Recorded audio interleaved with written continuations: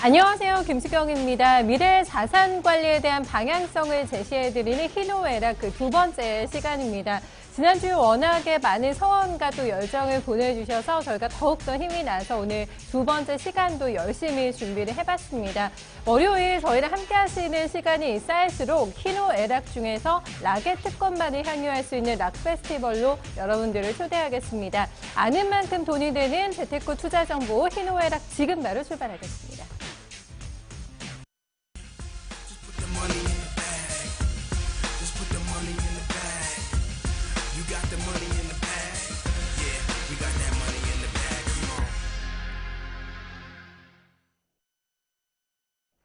네, 부동산 투자 그리고 전반적인 재테크 관련돼서 여러분들과 저희 함께하고 있습니다. 궁금하신 점 있으시면요. 언제든지 저희한테 전화 주시면 됩니다. 오늘 방송 끝날 때까지 전화 열어두고 있는데요. 서울 전화 2128-8566번으로 전화 주시면 저희가 상담 도와드리고 있고요. 말미에 또 오늘 무료 교육도 진행이 됩니다. 그 부분과 관련해서도요. 저희가 안내 도와드릴 테니까요. 문의사항 있으시면 전화번호 아래 나가고 있습니다. 이쪽으로 연락 많이 주세요. 오늘 함께해 주실 분 먼저 만나보도록 하겠습니다. 팩터 인베스트먼트의 신현철 박사, 엑스닥터 모셔보겠습니다. 박사님 안녕하세요. 네, 안녕하세요. 네. 두 번째 시간입니다. 반갑습니다. 네, 반갑습니다. 저희가 첫 방송은 지난주에 했잖아요. 야심차가 나갔는데 제 주변 분들의 반응이 굉장히 좋았어요. 네. 정말이요? 네, 박사님은 주변 반응 어떠셨는지 궁금한데. 아이고, 민망하네요. 네, 어떠셨어요? 네, 뭐 열심히 하라고 격려 있었습니다. 오늘도 예쁘게 또 시작을 하고 나오셨는데 어떤 내용 저희한테 전해 주실지 저희 기대 많이 됩니다. 첫 번째 시간은 공시 가격에 대해서 살펴봤고 두 번째 시간의 주제 어떤 건가요? 뭐 요즘 아파트를 포함한 이제 주택 가격이 많이 하락을 해서 임차인이 이제 전세 보증금을 반환받을 수 있는지에 대한 그런 기사들이 많이 나와요. 그래서 맞아요. 네. 오늘은 전세 보증을 반환받기 위해서 네. 어떤 효과적인 대응 방법이 없을까 그런 것을 한번 알아보겠습니다. 네. 박사님도 전세를 사셨던 적이 있으신가요? 네, 있었습니다. 있으셨죠, 네. 분명히. 네, 아마 그 마음을 조금 담아서 저희한테 이 시간에 좀 전해주시지 않을까 싶습니다. 방금 전에 관련돼서 기사가 많이 나오고 있다 이런 말씀 해주셨는데 한번 먼저 볼게요. 네, 최근에 헤드라인을 장식하고 있는 게 뭐 깡통 전세, 역전세 이런 좀 단어들이 많이 나오고 있는데 전세값 하강 비행 그리고 역전세난과 깡통 전세 공포가 일고 있다라는 기사 제목이 나옵니다. 역시 굉장히 무시무시한 내용들이 기사 안에도 지금 보시면은 담겨져 있는데요. 일단 좀 저희 뜻을 알아볼게요. 네, 역전세가 뭐고 깡통 전세가 뭔지 좀 개념 설명을 해주세요. 네, 일단 전세는 뭐냐면 이제 세입자가 집주인에게 돈을 주고 그 해당 부동산을 일정 기간 동안 이제 빌려 쓰는 일 아닙니까? 그래서 계약 기간이 끝나면 세입자는 집주인으로부터 맡긴 보증 전액을 돌려받는 거죠. 그걸 이제 전세 제도라고 하는데 여기에서 이제 세입자가 전셋집을 구하지 못하는 걸 전세난이라고 하죠. 그죠? 네. 그런데 역전세난은 집주인이 거꾸로 전세 가격 하락으로 인해서 세입자를 구하지 못해요. 네. 그런 현상을 얘기합니다. 즉 역전세는 뭐냐면은 과거 전세 계약할 때 가격에 비해서 최근에 전세 가격이 하락돼 있는 상태를 의미합니다. 하지만 깡통 전세는 어떤 것이냐 하면은 집주인이 파산하거나 아니면 주택 가격이 하락하거나 등 여러 가지 이유로 집주인이 세입자에게 어쨌든 전세금을 돌려주지 못하는 상태 그런 거를 이제 깡통 전세다 이렇게 얘기를 하죠. 아마 뭐 우리 그 증권에도 그 깡통 계좌 거기서 연유된 것 같은데 물론 역전세도 깡통 전세 요인 중 하나가 되겠죠. 그렇겠어요. 그래서 이제 역전세난의 경우 집주인이 기존 전세 가격과 신규 전세 가격의 차이를 감당하기 어려우면은 깡통 전세로 발전하게 되는 거죠. 네, 저희가 보통 그렇게 얘기 많이 하잖아요. 뭐 자칫 잘못하다가는 깡통 찰 수 있다라는 그런 개념하고 이렇게 좀 많이 연관이 돼서 이해를 해보실 수가 있겠습니다. 서울보다는 이런 수도권보다는 지방권에 아마 가격 하락이 더 심하지 않을까라는 생각이 드는데요, 박사님. 역전세나 이 서울과 지방의 현재 상황은 어떤지 좀 비교해서 한번 살펴볼까요? 네, 일단 그림을 좀 볼까요? 네. 지역별 아파트 전세 가격 하락률을 보면 일단 뭐 작년인데 거제 지역이 특히 많이 빠져 있습니다. 너무 많이 빠졌네요. 네네, 거제도. 그쪽에 이제 주로 조선업이 불황이 있기 때문에 이런 현상이 그렇군요. 일어나고요. 네. 다음 두 번째로 보면 경기도 아파트 전세가 하락률을 보면 경기 남부 지역, 안산, 안성, 네. 평택, 오산 이런 지역 위주로 급격히 하락이 됐어요. 이거는 그 지역에 과도하게 물량이 많이 공급이 됐기 때문에 발생한 현상입니다. 네. 아니나 다를까 우리 서울도 이제 문제가 되겠죠. 이게 어디서 시작이 됐냐면 헬리오시티라고 들어보셨죠. 헬리오시티발 전세 가격이 이제 네. 인근 지역으로 점차 이제 확산되고 있다. 그래서 우리 그래프를 이제 보면은 이게 이제 작년 12월 셋째 주 내용인데 기준으로 해서 그렇죠. 그 강동이나 송파 지역이 주로 많이 전세 가격이 하락돼 있는 것을 우리가 볼 수가 있습니다. 0.3%. 그렇죠. 오, 그런데 근데 이제 문제는 뭐냐면 최근 수도권 아파트 가격이 동반 하락하면서 수도권마저 세입자에게 전세 만기시 보증금을 돌려주지 못하는 그런 역전세 위기에 처할 수 있다라는 것이 지금 큰 문제점입니다. 그러니까요. 지방에서 이제 서울로 수도권으로 점점 더 올라오고 확산이 되는 흐름을 저희가 이 표를 통해서도 읽어볼 수가 있었습니다. 근데 과거에도요, 박사님, 그 네. 역전세난이 분명히 있었잖아요. 네. 있었죠. 어제 오늘 일은 아닙니다만은 그 과거와 지금 현재 상황과 좀 다른 점은 있을 것 같거든요. 네. 역전세난 문제는 이제 처음 있는 건 아니고요. 네. 과거에도 물론 이런 일이 있었습니다만 분명히 과거 다른 측면이 있습니다. 뭐냐면 과거에는 이제 역전세가 일어나면은 주인이 네. 집주인이 은행 가서 대출을 받아요. 자기 신용 대출을 받든지 해서 모자란 전세금이 있으면 해결을 하는군요. 그렇게 해결을 했죠. 그러나 네. 문제가 있죠. 최근엔 정부 대출 규제가 있죠. 그래서 대출을 받을 수 없는 집주인들이 많이 있기 때문에 과거와 분명히 좀 다르다 이렇게 볼 수가 있습니다. 네네. 전세 보증금은 그렇다면 예전보다 더 돌려받기가 어려워진 것 같다라는 생각이 드는데 누구보다 세입자들이 가장 고민이시겠죠? 답답하시고 하실 것 같은데 보증금을 돌려받지 못하는 상황이 좀 발생하지 않도록 하는 게 중요할 것 같아요. 세입자들 입장에서도 미리 좀 챙겨놔야 될 부분들은 어떤 게 있을까요? 예, 맞아요. 지금부터 한번 본론으로 한번 들어가 봅시다. 네.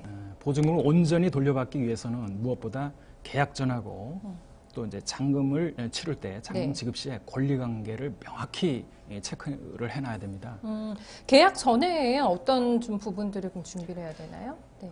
계약 전 준비 사항은 첫째, 네. 우리가 집을 구할 때는 가장 중요한 게 전세가율이에요. 전세가율이 너무 높지 않은지 확인해야 되죠. 전세가율이라고 하는 것은 매가와 전세가가 네. 너무 가까이 있게 되면은 혹시나 부동산 경기가 악화된다든지 하게 되면은 네. 이게 깡통이 될 수도 있잖아요. 그죠? 소지가 충분하죠. 그렇죠. 네. 그래서 이제 전세가율이 너무 높지 않은 그런 집을 우선 알아보셔야 할 적당한 거고요. 선에서. 그렇죠. 네. 이제 실무로 들어가서 두 번째 이제 계약자와 소유권자가 동일한지를 확인해야 됩니다. 이거는 과거에 이제 어떤 문제가 생겼죠. 전혀 주인이 아닌데 주인 행세를 하면서 계약을 한 사례가 있었기 때문에 그 계약자가 정말 소유권자인지를 확인을 할 필요가 일치하는지. 있습니다. 네. 그렇죠. 그리고 내가 본 집과 전셋집 주소가 정말 일치한지 그런 것도 일일이 체크를 해봐야 되고요. 네 번째 이제 소유자의 권리 변동 가능성 확인인데 이런 미등기, 가등기, 가처분 어려운 내용들이 있어요. 네. 가압류, 압류 이 내용은 이제 차후에 이제 알아보도록 합시다. 무엇이냐면은 네. 소유자가 여러 가지 이런 지저분한 권리들을 가지고 다닌다는 것은 좀 매우 위험하다는 신호거든요. 네. 물론 이런 것들은 어디서 확인할 수 있는지는 아시죠? 많이 들어보셨을 겁니다. 우리가 부동산 등기부 등본이라고 얘기하는데 네. 지금 이름이 좀 바뀌었죠. 등기상 전부 증명서로인데 참 어렵죠. 그냥 등기부라고 할게요. 등기부. 네. 등기부에 이런 내용이 있어요. 등기부는 아시겠지만 표제부라는 게 있고 갑구가 있고 을구가 있습니다.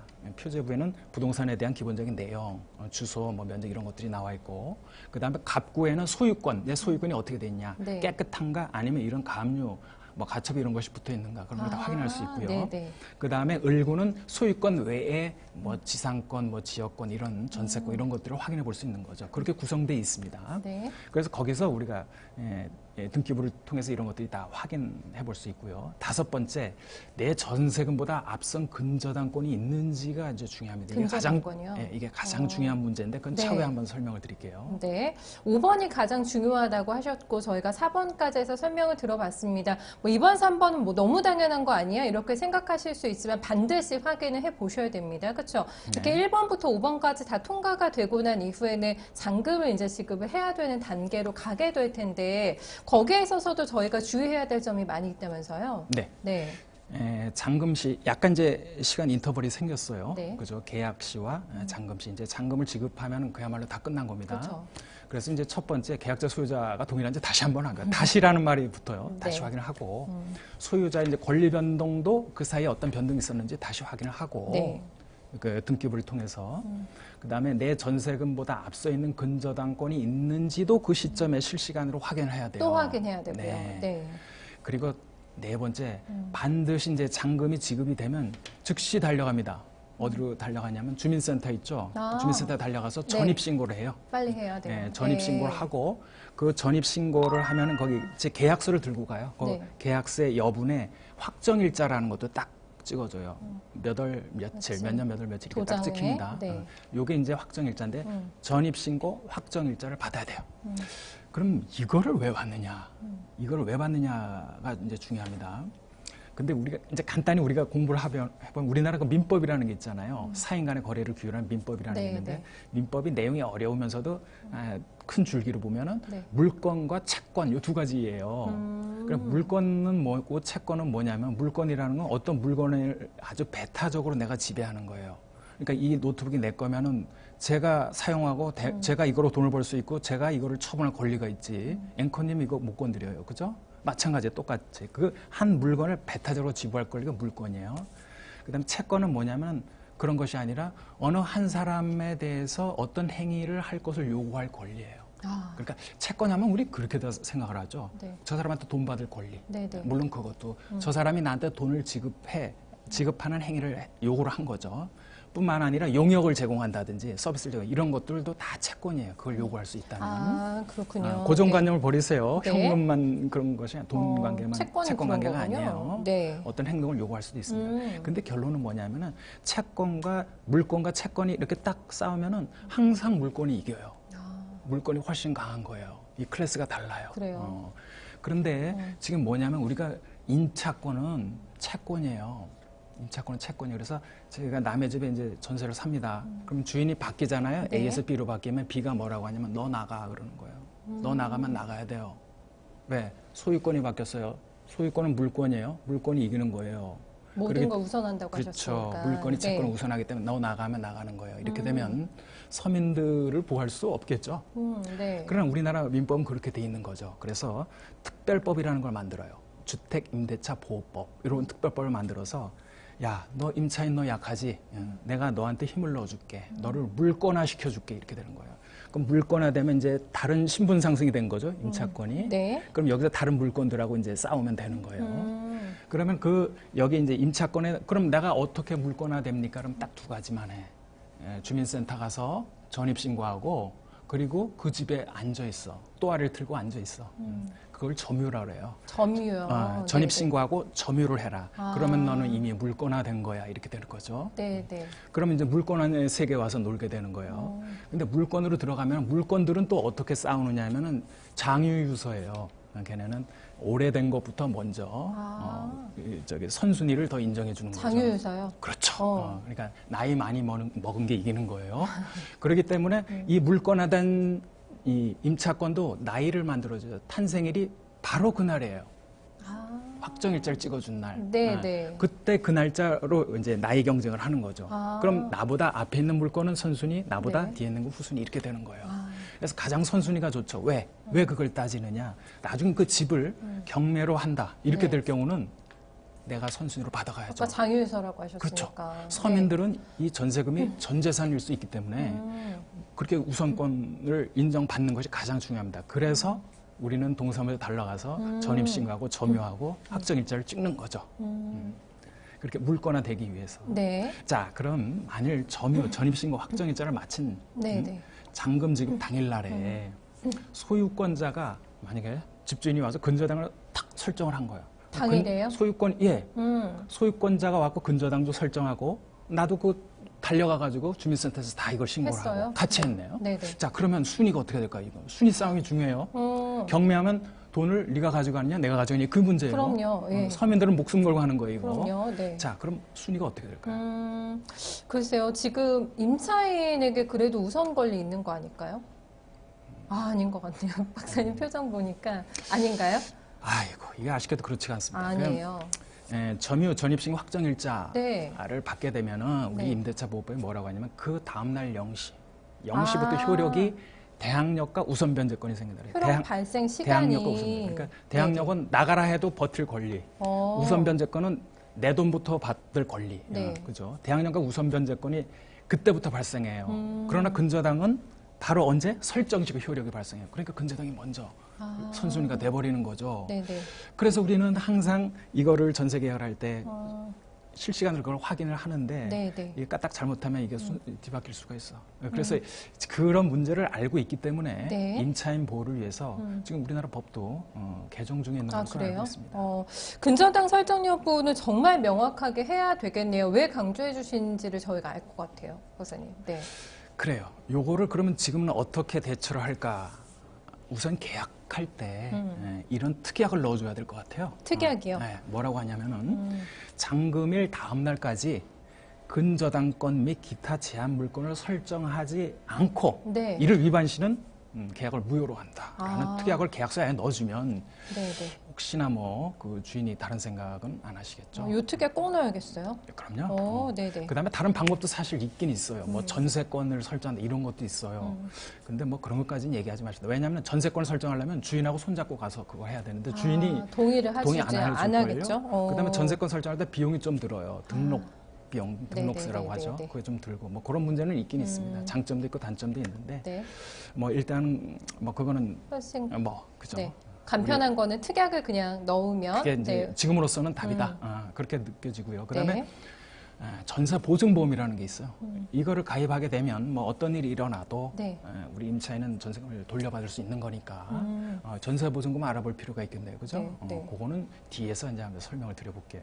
최근에 전세보증보험 가입자가 늘어나고 있다라고 하는데 다 이런 어떤 미연의 좀 사건들을 방지하기 위한 차원에서 또 많은 분들이 관심을 가지고 또 준비하고 있는 트렌드도 읽어볼 수가 있을 것 같습니다. 궁금한 게 이 시점에서요, 박사님. 만약에 전세 계약의 종료가 됐거든요. 그런데 아직 보증금을 돌려받지를 못했습니다. 하지만 또 상황상 부득이 이사를 좀 가야 되는 경우도 많이 있을 것 같거든요. 네. 그렇죠. 뭐 그럴 직장 경우, 문제랄지. 그렇죠. 네. 일단 가야 해요. 돈은 네, 못 받았지만. 그럴 경우에는 어떻게 해야 되나요? 그런데 이제 보증금을 돌려줘야 할 거 아니에요. 그렇죠. 돈을 못 받으니까 지금 못 나가는 건데 네. 우리가 아까 말씀드렸듯이 내가 임차권이 물건화가 되려면 항상 두 가지 조건이 있었어요. 전입신고하고 거기에 또 알을 들고 점유. 앉아 있어라. 맞아요. 점유를 하라 그건데 네. 몸이 가면 안 되잖아요.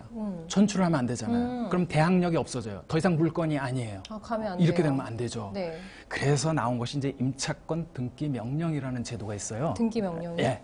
그래서 그 본질적으로 임차권은 또 채권이고 말씀드렸듯이 이 임차인은 임차권을 임대인에게만 주장할 수 있는 거잖아요. 네, 그래서 네. 제3자한테 대항을 못하는 건데 물건화 딱 시킴으로써 어떻게 했어요?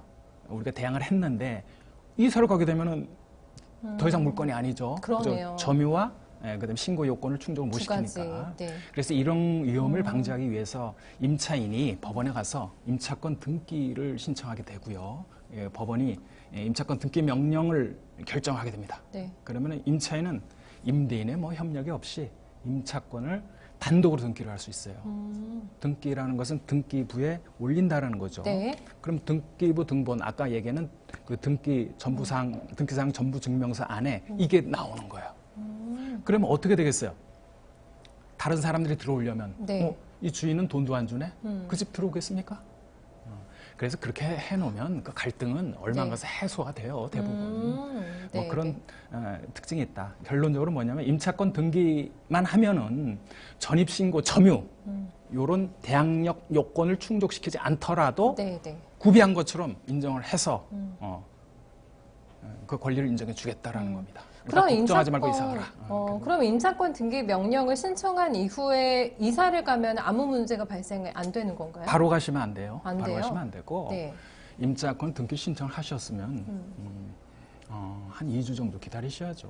업무 처리를 해야지. 그래서 2주요? 예, 등기부에 내가 올라가 있구나라는 것을 네. 확인을 하면 올라가 있다는 것 자체가 이제 내 대항력 우선 변제권이 유지가 되고 있구나라는 걸 확인하는 거니까 그 후 이사를 가셔야죠. 2주 정도의 시간이 이제 텀이 있다라는 거는 또 이거는 저희가 확인을 반드시 좀 체크를 해봐야 될 것 같습니다. 계약이 만료된 시점에서 이렇게 보증금 반환 문제가 발생하는데 물론 반환이 되면 아무런 문제가 없잖아요. 하지만 반환 의사가 없다? 이럴 경우에는 어떻게 또 해결을 해야 되는지 이거는 정말 어려울 것 같거든요. 네. 이게 이제 보면 한 3가지가 있어요. 네. 소액심판 지급명령이라고 짧은 시간에 해결할 수 있는 방법이 있고, 근데 좀 이거로 해결이 안 되면 궁극적으로 이제 전세보증금 반환 청구 소송이라는 게 있습니다. 소송으로 가야 되나요? 네. 네. 3가지 얘기해 주셨는데 각각 좀 어떤 건지 자세하게 살펴볼까요, 그러면? 네, 그리고 소액심판이라고 하는 건 이제 금액이 작은 거, 3천만 원 네. 이하일 경우에 이제 주로 하는데, 요거는 내가 서면 증거를 들고 가면은 판사가 이행공고 결정이라는 걸 네, 네. 내리고 그 등본을 복사본을 피고한테 보내줘요. 돈 주라고. 네, 네. 그런데도 그냥 가만히 의의가 없이 2주 동안 있게 되면은 판사가 결론을 이제 딱 내립니다. 이행 공고 결정 확정 이렇게 돼요. 이건 비교적 좀 간단한 것 같아요. 확정. 소액심판. 그렇죠. 빠른 시간에 네. 끝날 수 있죠. 확정. 그러면 그 확정문만 들으면 이제는 나는 모든 권한을 행사할 그 집행 권한을 갖게 되는 거예요. 이걸 가지고 경매를 신청할 수도 있는 거고요. 아, 네. 지급 명령도 비슷합니다. 채권자가 채무자에게 돈을 지급해달라고 이제 청구를 하게 되고요. 만약 거기에서 2주 안에 이의 신청이 없으면 네. 지급 명령 여기도 확정. 그래갖고 그 확정문을 들고 경매 신청할 수도 있는 거죠. 이게 집행 권한이 되는 거죠. 네. 요거는 짧은 시간에 해결하는 1, 2번에. 방법인데 네. 상대방에서 이의 신청을 하게 되는 경우 문제가 되는 거예요. 그게 3번 그래서 세대인가요? 그렇죠. 그래서 딱 봐서 네. 이 사람이 이의 신청할 것 같다 그러면 그냥 네, 네. 소송으로 하시고 그냥 다 인정을 한다라 치면은 네. 뭐 지급 명령을 하시든지 이렇게 하실 수가 있다. 네. 그렇게 이제 보시면 됩니다. 1, 2번은 그래 이렇게 또 해결이 되는구나 했는데 3번에 오니까 조금 슬슬 복잡해지기 시작을 합니다. 당사자분들은 얼마나 또 이제 머리가 아프실까. 소송이라는 단어가 주는 위압감이 있잖아요, 박사님. 네. 그래도 어차피 뭐 불가피하게 내 돈을 지켜야 되니까 소송으로 들어간다라고 한다면은 소송 제기 전에 좀 준비해야 될 것들은 어떤 것들이 있겠습니까?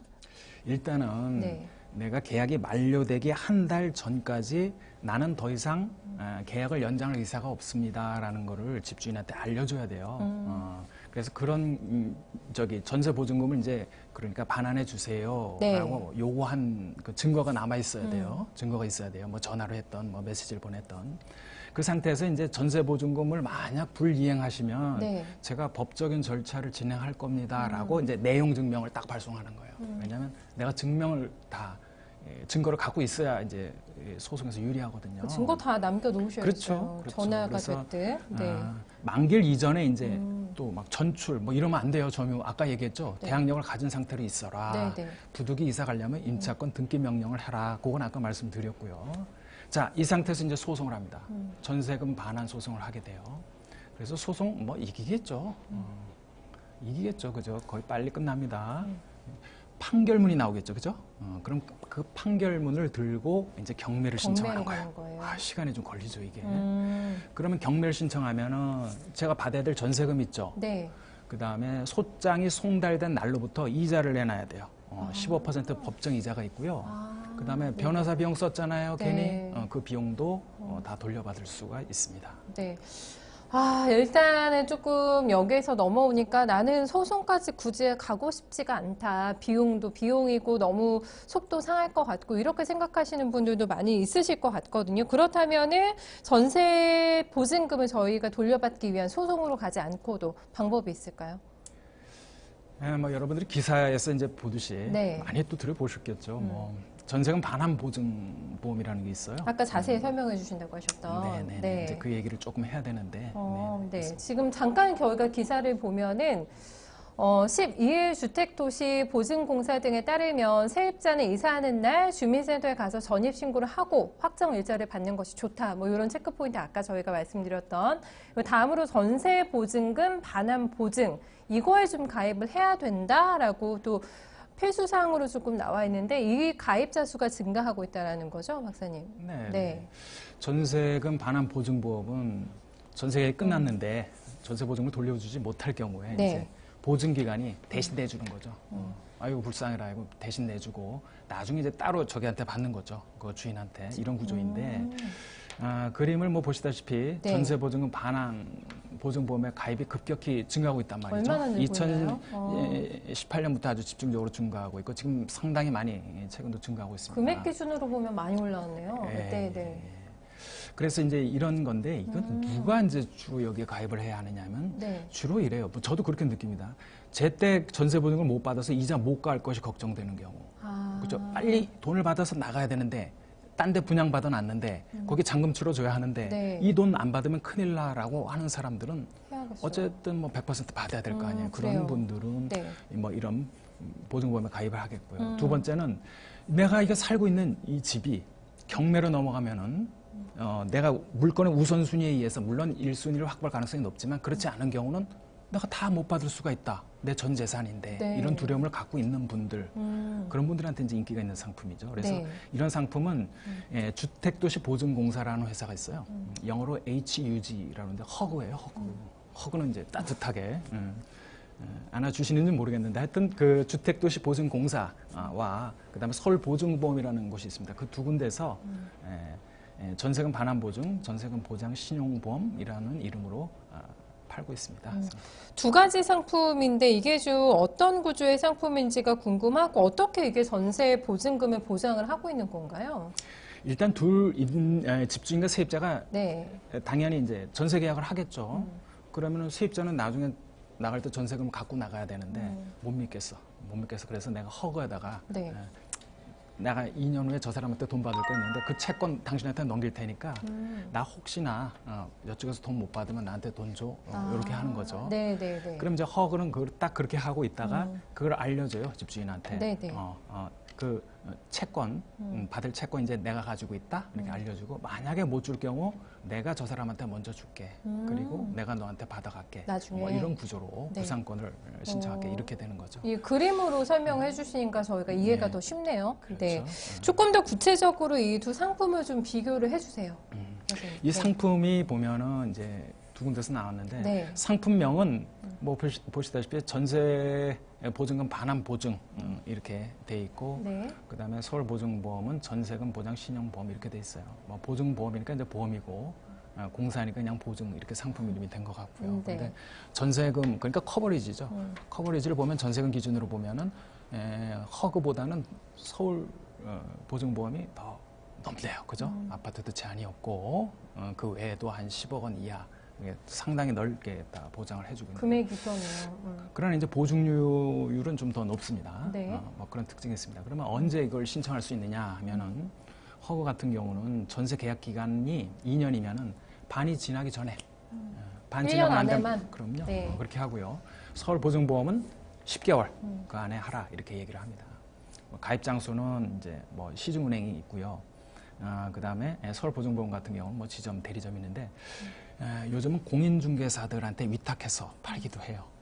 그렇기도 합니다. 네네. 그리고 뭐 요즘은 다 인터넷상으로 하잖아요. 그래서 아. 인터넷상으로도 다 이 상품은 가입이 가능하다 이렇게 보시면 됩니다. 본인이 직접 홈페이지에 들어가서 네. 인터넷상으로 편리하네요. 네, 직접 또 가입도 가능하다고 하고 약간의 좀 차이점 두 상품 간에 있었습니다. 저희가 지금까지 임차인이 전세 보증금을 돌려받기 위한 방법들이 어떤 것들이 있는지 좀 쭉 살펴봤는데요, 박사님. 일단 한번 쭉 오늘 봤던 내용들을 한번 요약해서 정리해서 알려드릴까요? 네. 네. 역전세, 깡통 전세로 인해서 임차인이 전세보증금을 받기 어려워졌습니다.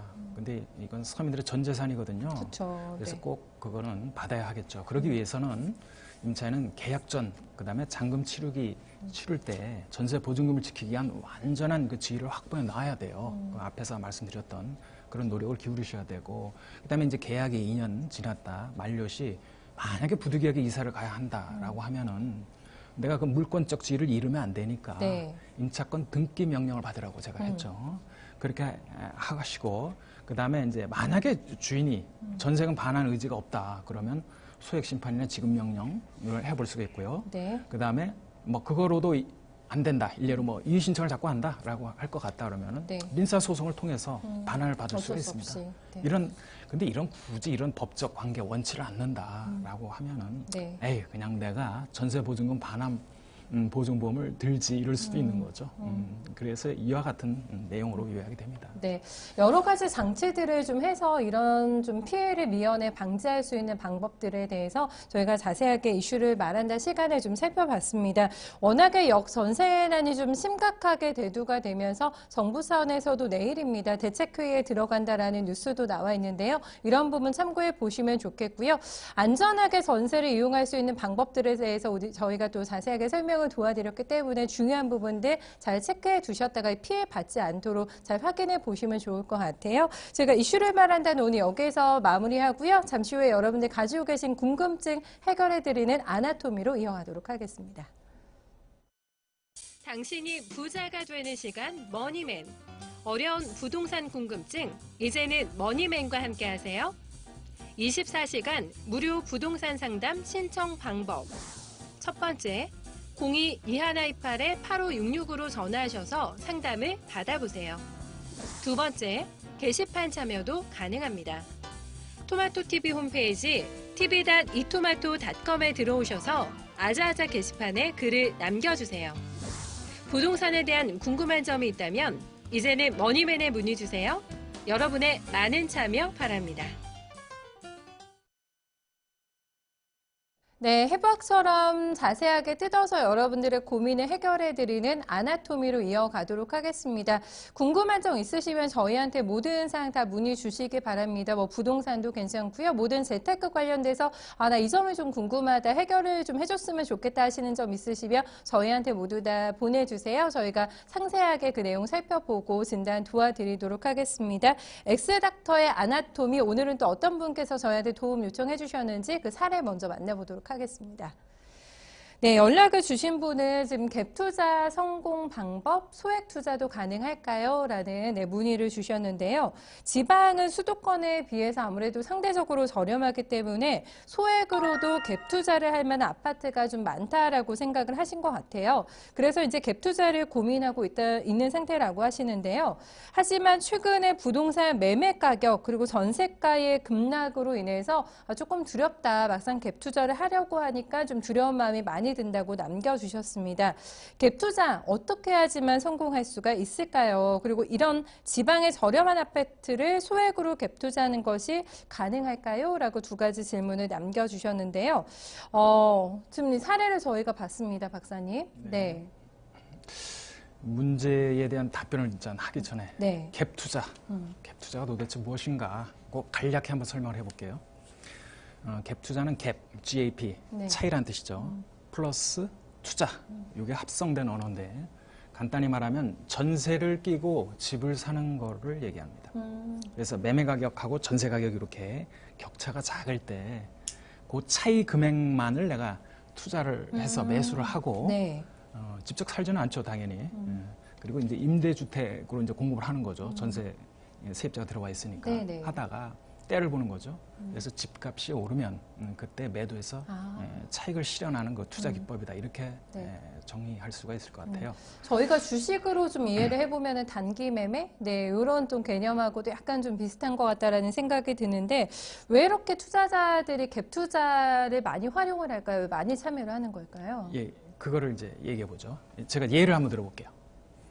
뭐 이거는 이제 비근한 사례입니다. 있었던 2017년 3월에 서울에 아파트 계약 시점에 매가 4억에 이제 계약 체결을 해요. 근데 이제 좀 올랐죠. 그죠? 그리고 전세는 한 3억 8천에 놓을 수가 있었습니다. 그래서 이제 이 표를 보면, 네. 2017년 3월에 4억에 이제 매수를 했고요. 3억 8천이니까 실 투자 금액이 한 2천만 원이면 매수를 한 거죠. 거의 그죠? 안 납니다. 네. 네.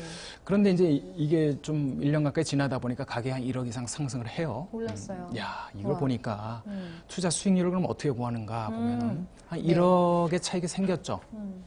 근데 얼마 투자했어요? 매매 가격에서 전세 가격을 한번 빼보세요. 한 2천만 원 투자했어요. 실제로는. 네, 그러니까 2천만 원 분의 1억 딱 하니까 500%. 야, 투자 대비 5배 수익이 나는 거예요. 놀랍죠, 그죠? 네. 이 정도면 놀라운 수익률이죠. 그것도 1년도 채 안 된 상황에서. 네. 근데 이것이 만약에 여러 채라면 어떨 것 같아요? 아, 한 채가 아니라? 예. 오. 그럼 훨씬 더 큰 수익이 발생하겠죠. 네네. 바로 이런 것처럼 남의 돈으로 수익을 극대화시키는 거, 이거를 레버리지 효과 이렇게 얘기해요. 레버리지 효과. 레버는 이제 그 지렛대예요. 지렛대면은 무거운 걸 들 수가 있잖아요. 그래서 은행 돈을 가져와서 또는 남의 돈을 갖고 와서 네. 훨씬 수익을 많이 창출하는 거죠. 어차피 빌려온 돈은 이자만 주면 되니까. 네네. 그걸 이제 레버리지 효과라고 하는데 바로 이것이 갭 투자의 매력은 레버리지 효과다 이렇게 얘기할 수 있죠. 그러나 이런 투자 위험할 수 있어요.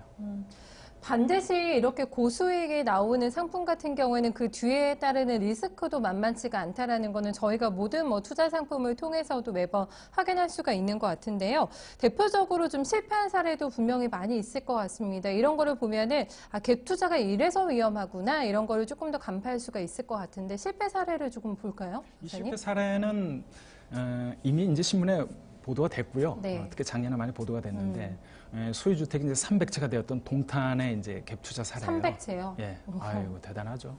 네. 근데 이제 2014년 이전에는 이제 이 정부가 부동산을 그 경기를 부양시키려면 이제 부동산을 부양하게 돼 있어요. 그 부양을 하면서 이제 다주택자에 대해서 양도세, 중과세라든지 이런 제도를 다 폐기해버립니다. 그러니까 여러 주택을 갖고 있는 것이 아무런 문제가 안 돼 있고. 용이했겠어요? 그렇죠. 갭 투자가? 그러면서 이제 점점 이 충청도에서 크게 갭 투자를 하셨던 A 씨가 네. 이제 서서 이제 이 경기도로 등장을 하게 올라오신 되죠. 거군요. 2014년, 2015년 2년에 걸쳐서 딱 상록을 한 곳이 이제 동탄. 그 당시 이제 작전이네요, 동탄 1도시와 2도시가 네. 있습니다. 네. 동탄 1도시에 상록을 했어요. 네. 근데 큰 집은 아니고 전용 면적 59제곱미터 집을 샀는데 소형. 한 네. 2억 4천 정도였는데 전세는 한 2억 3천에서 한 1,000만 원 정도로 갭 투자로 사신 것 같아요. 네네. 여러 채를. 그것도. 네. 그런데 이제 시간이 많이 지났습니다. 이 전세는 2년마다 갱신이 되죠. 그럼 2016년은 어땠을까? 그때 올랐어요. 많이 올랐을 것 같은데요? 전세가 올라서 네. 실제 2016년에 이 사람이 거의 자기가 투자한 돈마저도 다 빼고 나왔어요. 전세가가 옛날에 샀던 가격보다 더 네, 높아졌으니까. 네. 잘 나가죠, 거기까지. 그래서 이제 2018년이 됐습니다. 다시 2년 지난 거죠. 네. 59채가 경매로 나왔어요. 59채가요? 네. 네. 경매가 왜 나온 건가요? 이게 뭐냐면은 네. 이분이 아마 그 주변 상을 좀 고려를 안 하신 것 같아요. 주변에 네. 뭐 수원, 뭐 용인 이게 다 주변 아닙니까? 동탄 주변에? 그렇죠. 네네. 동탄 2도시 뭐 네. 이런 데서 전세 물량이 대거 나왔습니다. 아, 네. 그래서 이제 당연히 전세가 하락이 됐죠. 네. 게다가 이제 아파트 가격도 하락도 매매 하죠. 가격도 하락하고. 그래서 이제 전세가보다 뭐 더 하락하는 이런 현상이 발생하게 되니까 네, 네. 이 갭 투자는 가격이 오르면 돈 버는 것이고 네. 가격이 떨어지면 출구 전략을 만들어야 돼요. 근데 이 사람은 어떻게 출구 전략을 만들었냐 하면은 그 임차인한테 떠맡겼어요, 집을. 그냥 네가 사 이렇게. 아하. 거기에 뭐 고의 경매라는 수법을 써서 자기 어머니, 아버지 다 등장시켜서 가짜 뭐 채권 채무 만들어 가지고 가짜 경매 넣고 뭐 이런 식의 아주 나쁜 행동을 하게 됩니다. 네, 네. 그래서 결국은 이 임차인을 협박 비슷하게 해서 사게 하는 거죠. 전세 가격에 또는 심지어는 약간 웃돈을 얹어서 이렇게 파는. 그래서 이런 아주 비인간적인 행태를 네. 보여준 사례가 있습니다. 너무 이거는 뭐 나쁜 행동 아닌가요? 너무 떠넘기기 식의 완전히 뭐 이렇게 얘기해도 될지 모르겠습니다. 사기꾼 아닌가요? 그렇게 정의하고 싶은데 네. 그것을 또 교묘하게 이용을 했어요. 뭐 그래서 네. 뭐 그거는 이제 우리가 다룰 사항은 아니고 네. 좀 계획적이고 좀 무책임한 사람이 나쁜 거죠. 그래서 무책임한 행동이 비난받아 마땅하죠. 네. 그러나 이제 그런 얘기는 좀 접어두고 이 사람이 갭 투자 왜 실패했는가만 얘기하죠. 네, 네. 그죠? 왜 실패했느냐면은 임대인은 주변의 물량이 그렇게 증가한 것을 간과했다는 거죠. 그래서 주변 물량의 증가가 전셋값 하락을 네. 초래했기 때문에 이런 현상이 일어난 겁니다. 그래서 역전세, 깡통 이렇게 일어나면서 이제 네, 네. 문제가 생긴 거죠. 그래요. 이게 동탄 어떻게 보면은 착륙 작전이 실패를 했습니다. 주변의 상황을 돌보지를 않아서 그리고 너무 무리하게 또 갭 투자를 진행하신 것 같기도 하고 이래서 또 많은 피해 사례를 남기기도 하고 본인도 물론 피해를 보셨겠습니다만은 이런 좀 사례를 저희가 살펴봤습니다. 맞습니다. 모든 금융 자산이라는 게요, 박사님, 그 타이밍이 가장 중요하지 않습니까? 네, 갭 투자도 좀 마찬가지가 아닐까 싶은데 수익을 내야 되잖아요. 일단 저희가 갭 투자에 들어갔다고 한다면 언제 사고 이 언제 팔아야 되는지, 네, 이게 중요하겠어요. 이런 원칙을 가져가야 돼요. 네. 일단 갭 투자하시는 분은 이제 전세가율이 높아서 그 갭이 투자가 그러니까 그 갭이 작은 거죠. 그 갭이 투자 금액 아닙니까? 그 투자 금액이 최소화될 때 이제 갭 투자를 시작을 합니다. 시작을 하죠. 네, 그리고 왜냐하면 아까 얘기했듯이 레버리지 효과를 극대화시키기 위해서 그러거든요. 네. 돈을 작게 투자하고 큰 이익을 벌기 싶은 욕심에서 그렇게 시작이 되는 거죠. 하여튼 전세가율이 높아서 갭이 작은 그런 아파트를 우선 고르고요. 네. 그러면 이것이 수익이 실현되려면 딱 한 가지 뭐냐면은 아파트 가격이 계속 올라서 처분을 해야 돼요. 네. 그래서 부동산 사이클상 여러 요인을 고려해 봐서 주택 가격이 정점이다. 그래서 그 시점에 팔아야 수익이 실현되는 거예요. 그래서 갭 투자가 성공이 되는 건데 네. 요런 한번 공식을 한번 제가 만들어 봤어요. 아, 공식 있나요? 네. 갭 투자 이제 수익률 공식을 보면은 2번 매도가액에서 매수가액 뺀 게 이제 분자가 되고요. 그다음에 매수가액에서 전세가액을 뺀 게 분모가 되고요. 아까 제가 뭐 알아봤죠. 그죠? 1번은 뭡니까? 제가 실제 투자한 금액이고요. 네. 2번은 매매 차익이고 그렇습니다. 그래서 갭이 적은 아파트를 골라서 2년 보유 뒤, 2년 보유해야 양도세가 나오니까 보유 뒤에 높은 차익으로 매도하면 높은 차익으로 매도하면 2번이 높아지겠죠. 그죠? 네. 3번 높은 수익률을 이룰 수 있다. 이렇게 되는 건데 아무리 다른 조건을 다 양보한다 하더라도 매도가액은 높아야만이 결국 갭 투자는 성공할 수가 있는 거죠. 네. 그 매도가액이 높아야 된다라는 거는 결국에는 내가 갭 투자한 그 부동산의 가격이 올라가야 되는 거잖아요. 그러지야지만 갭 투자에 성공을 하실 수가 있는 건데 사실 이 부동산 가격이라는 게요. 오늘 뭐 정책에도 영향을 받을 것 같고요. 변동이 있기 때문에 그게 어려운 것 같은데 어떤 부분에 이 변동에 가장 큰 요인이 있을지 어떤 것들이 영향을 미칠까요? 부동산 가격은 유동성, 수요, 공급량 이거의 함수다. 저는 이렇게 이제 함수 관계를 이제 표현을 했는데 네. 뭐 우리가 상식적으로 보더라도 뭐 금리가 유리해서 금리가 낮아서 돈을 쉽게 갖다 쓸 수 있다든지 아니면 대출 정책이 좋아서 돈을 흔히 갖다 쓸 수 있다든지 네. 이건 유동성이 좋아지는 거잖아요. 통화량이 증가해지는 거죠. 네. 그래서 이제 부동산 가격이 오를 수도 있고 두 번째는 이제 인구수 특히 가구가 사는 거죠. 지금 가구가. 가구 수가 이제 증가하게 되면 당연히 수요가 늘어나니까 부동산 가격이 늘어날 수 있는 거고. 올라가겠죠? 다만 네. 아쉽게도 네. 공급량은 적정 주택수를 초과하는 과도한 공급량은 오히려 가격에 역효과를 만들어낸다. 아까 네. 동탄 사례처럼 이렇게 네. 볼 수 있습니다. 그리고 결국은 뭐냐면 인구수가 많이 늘어날 계획이 있어야 하고요. 그 지역에. 그리고 대규모의 그 공급 물량이 없어야 하고요. 그다음에 시기적으로도 좀 대출 관계나 금리가 우호적인 네. 이런 상황이 돼야 갭 투자는 성공할 수 있다 이런 네. 것이죠. 네, 에스 닥터의 이 조언을 받으셨다면 동탄의 사례 같은 거는 발생하지가 않았을 것 같은데, 네, 그런 부분들에 좀 영향을 받으면서 집가 상승에 영향을 받습니다. 그럼 저희 이제 다시 돌아와서 저희 시청자님께서는 지방이라고 하셨거든요. 지방에 좀 소액으로 나도 투자할 수 있을까, 갭 투자 가능할까, 요거에 대해서 박사님 어떻게 생각하세요? 제가 아까 이제 핵심적인 얘기를 했죠. 네. 가장 중요한 게 인구수 아니겠습니까? 정확히 얘기하면 가구수죠, 그죠? 그래서 그 어느 지역에 서울이 아니더라도 수도권이 네. 아니라도 어느 지역에 특히 인구수가 지속적으로 증가할 수 있다라고 하면 그 지역을 한번 관심을 가져볼 수가 있죠. 노려볼 만하고요. 그렇죠. 세대수가 꾸준히 증가하는 지역은 한번 찾아봅시다. 네. 대부분 일자리가 그 풍부한 그 대도시가 그렇습니다. 그래서 그런 측면을 보면 지방이 왜 상대적으로 주목을 덜 받는지에 대한 설명이 될 것 같아요. 네. 그래서 결국엔 적당하지 않다. 네, 그렇습니다. 이렇게 판단을 하시는 것 같고. 그래도 아마 갭투자 지금 전반적인 여건상 어떤 분들도 막상 나 갭투자 정말 해봐야지라고 마음을 먹기가 쉽지는 않은 환경인 것 같습니다. 점점 더 조심스러워지고 있는데요. 그래도 내가 갭투자에 한번 도전해보고 싶다 하면은 어떤 곳을 선택해보는 게 좋을지 아까 전에 있다고 분명히 하셨잖아요. 아직도 남아있다라고. 그래서 뭐 이렇게 한번 얘기를 해보죠. 그 인구 유입이 확정된 곳 이미, 네. 확정된 곳에 한번 관심을 가져보자. 그러면 어떤 곳이 그 인구 유입이 확정이 됐을까를 보면 우리 그 기업 도시라는 것이 있고요. 혁신도시라는 곳이 있습니다. 아. 그래서 혁신도시는 이제 서울 네. 수도권에 몰려있는 공공기관을 비수도권 지역으로 이전하기 위해서 정부에서 추진하는 지방도시를 얘기하는 거고요. 기업도시는 특정 산업, 네. 그걸 집중적으로 육성하기 위해서 기업체를 적극 유치하는 비수도권 지역의 중소도시 이렇게 얘기하는 겁니다. 그러니까 시간이 지나면 여기는 인구가 이제 모일 수 있는 그렇게 계획되어 있는 지역이다.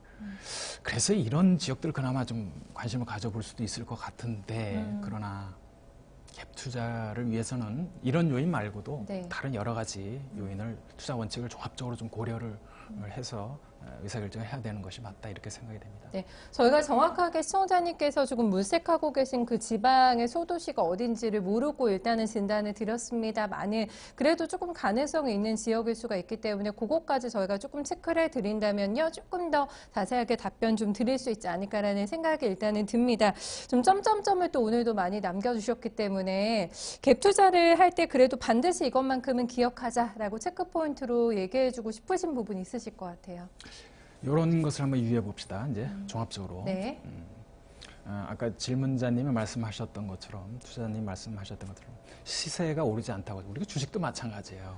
시세가 오르지 않았다고 네. 또는 앞으로 몇 년 동안 공급 물량이 없을 거라고 생각해서 지방 도시에 무조건 갭 투자의 적지다라고 생각하는 방식은 좀 지양을 하자. 네. 여러 가지 인구 요인, 그럼요. 네. 활성화할 수 있는 요인들을 꼼꼼히 더 챙겨서 의사결정을 할 필요가 있고요. 네. 단지 왜 주식도 그냥 단지 싸다 이런 이유로 살 수 없잖아요. 더 밑으로 떨어질 수도 있잖아요. 그죠? 그다음에 두 번째 갭 투자 시 매매가하고 전세가가 큰 차이가 나는 주택은 네. 매매가 어려우니까 그건 좀 피하자. 그죠? 그런 말씀을 좀 드리고 네. 왜냐하면 그 가격 상승 여력이 높은 지역은요. 가격 상승 여력이 높아야 되잖아요. 이게 성공을 하려면. 그쵸. 높은 지역은 전세가율이 또 낮아요. 그래서 이제 그러면 우리 투자자들은 이제 관심 받게 돼버리거든요. 그래서 갭 투자도 자금 여력이 있는 그런 투자자가 좀 장기적인 안목으로 내다보면서 네. 하는 것이 유리하지. 너무 그 갭이 작은 것만 찾아서 해보면은 그 가격이 많이 안 오를 수 있다. 기대치에 못 미칠 수 있다 이렇게 볼 수가 있습니다. 그 다음에 이제 동탄 사례에서 보듯이 비상시에 가용할 자금은 항상 따로 좀 준비를 해둘 필요가 있다. 그래야죠. 네. 위험상이 오면 그걸 감당할 수 있는 수준의 네. 돈을 좀 준비를 해볼 필요가 있다. 네, 아마 네. 그 2016년도에 추가적으로 들어온 금액을 그 사람이 따로 저장해 뒀다면 아마 이 네. 위기는 넘어갈 수 있었을 텐데 아마 그러지 않았던 것 같아요. 그 다음에 갭 투자가 많이 이루어진 지역은 이제 피하면 좋겠습니다. 거기는 뭐 우르르 들어왔다 우르르 나올 수가 네네네. 있잖아요. 그렇겠네요. 네. 그 다음에 그 임차인의 보증금을 이제 지켜야 되는 건데 이거는 뭐 도덕적인 문제뿐만 아니라 네. 이게 만약에 경매로 들어가서 임차인이 자기 보증금을 다 챙기지 못한다 하더라도 그 잔여 금액은 경매 배당 후에도 민사적으로 다시 소송을 걸 수도 있어요. 아, 그 그래요? 민사적 책임이 남아 있는 거예요. 네. 그래서 꼭 보증금을 지켜야 된다 이런 생각을 하고요. 근데 마지막으로 가장 중요한 것은 갭 투자는 부동산에 대한 고도의 판단력이 필요해요. 쉽지 않을 것 같아요. 네. 그다음에 시장 분석 능력 이런 것이 이제 요구가 네. 되는 것이어서 네. 의사결정을 할 때는 좀 심사숙고해서 신중히 결정할 필요가 있다. 네. 이렇게 말씀드립니다. 네. 뭐 마냥 뛰어들었다가는 또 낭패를 당하기가 쉬울 것 같아서 보도에 정말 분석 능력이 필요하다라고 좀 말씀해 주셨는데 정말 신중하게 또 갭 투자 고려하고 계신 분들은 이런 유의사항도 감안하시면서 한 걸음 한 걸음 신중하게 내밀어 보셨으면 좋겠습니다. 저희 질문자님께서도 마찬가지일 것 같아요. 그렇죠? 저희가 전반적인 상황을 모르고는 있습니다만은 조금 더 자세하게 좀 알려주시면 저희 또 엑스닥터에 조금 더 정확한 답변 도와드리도록 하겠습니다. 이렇게 궁금한 점 있으시면 저희 도움 받아 보시면 됩니다. 뭐 저희가 전화 상담도 도와드리고 있고요. 게시판에 남겨주셔도 되고요. 또 증권통 이용하고 싶으신 분들은 또 남겨주시면 저희가 다음 주 월요일 이 시간에 자세한 상담 도와드리니까요. 연락 많이 주세요. 02-2128-8566번으로 전화 주시면 접수하실 수 있으니까요. 참여해 주시기 바랍니다. 지난주에 첫 시간에 무료 교육을 진행을 하셨잖아요, 박사님. 네, 이번에 또 준비가 돼 있다고 하는데 네, 어떤 내용 무료 교육 예정이 돼 있으신가요? 네, 아주 좀 자극적인 주제예요. 그래요? 2천만 원으로 23억 만드는 재테크 비법 에 관한 그 세미나가 당사에서 네. 진행될 예정입니다. 그래서 재테크에 관심 있는 투자자 여러분은 네. 이번 세미나에 한번 참석해 주시면 아마 큰 기대 못 미치지 않을 거, 기대에 미칠 거로 생각합니다. 네. 굉장히 자극적인데 가능합니까, 박사님? 박사님이 지으셨어요? 주제? 네. 그렇습니다. 네, 믿고 저희 무료교육 관심 가지고 계신 분들 많이 좀 참여해 주시면 좋을 것 같습니다. 다음 주가 벌써 저희 기다려집니다. 어떤 주제를 가지고 오실지 세 번째 시간이 될 텐데요. 예고 미리 좀 해드릴까요? 네, 다음 시간에는 좀 특강 형식으로 한번 진행을 해볼까 하고 있어요. 그래서 네. 이제 매우 중요한 주제라 네. 그래서 복리를 통한 미래 자산 관리를 어떻게 할까 그걸 한번 얘기를 할 거예요. 네. 그래서 2천만 원으로 23억을 어떻게 만드는지 그 프로젝트를 제가 아주 상세히 설명을 해드릴 겁니다. 그래서 자산관리 시장의 그 현황은 어떤가 이런 거 말씀 좀 드리고 네. 또 뭐 20대, 30대, 40대, 50대, 60대 연령대별로 어떻게 자산을 관리할 건가, 어떤 원칙을 정할 것인가 그런 것을 할 수 있는 시간이 될 것 같고요. 특히 네. 이번 시간에는 복리 투자를 통한 자산 관리의 마술을 보게 될 것입니다. 그래서 자산 축적을 위한 이제 투자 설계, 네. 노후 대비, 뭐 상속 증여 등 놀라운 재테크 노하우를 얻게 될 것입니다. 그래서 꼭 놓치지 마시고 네. 행복한 미래를 위해서 함께 고민하는 네. 그런 시간이 됐으면 합니다. 네. 다음 시간에 다시 네. 뵙겠습니다. 네. 저희가 기대를 가지고 과연 가능할지 다음 시간에 또 연장돼서 볼 수가 있을 것 같아서 무료 교육도 저희 기대 많이 하고 참여 한번 해보도록 하겠습니다. 박사님 수고 많으셨어요. 이 무료 교육도 많이 참여해 주시길 바라겠습니다. 오늘 저는 여기서 인사드리고요. 내일은 부동산 토지편으로 다시 찾아뵙겠습니다. 함께해 주신 여러분 고맙습니다.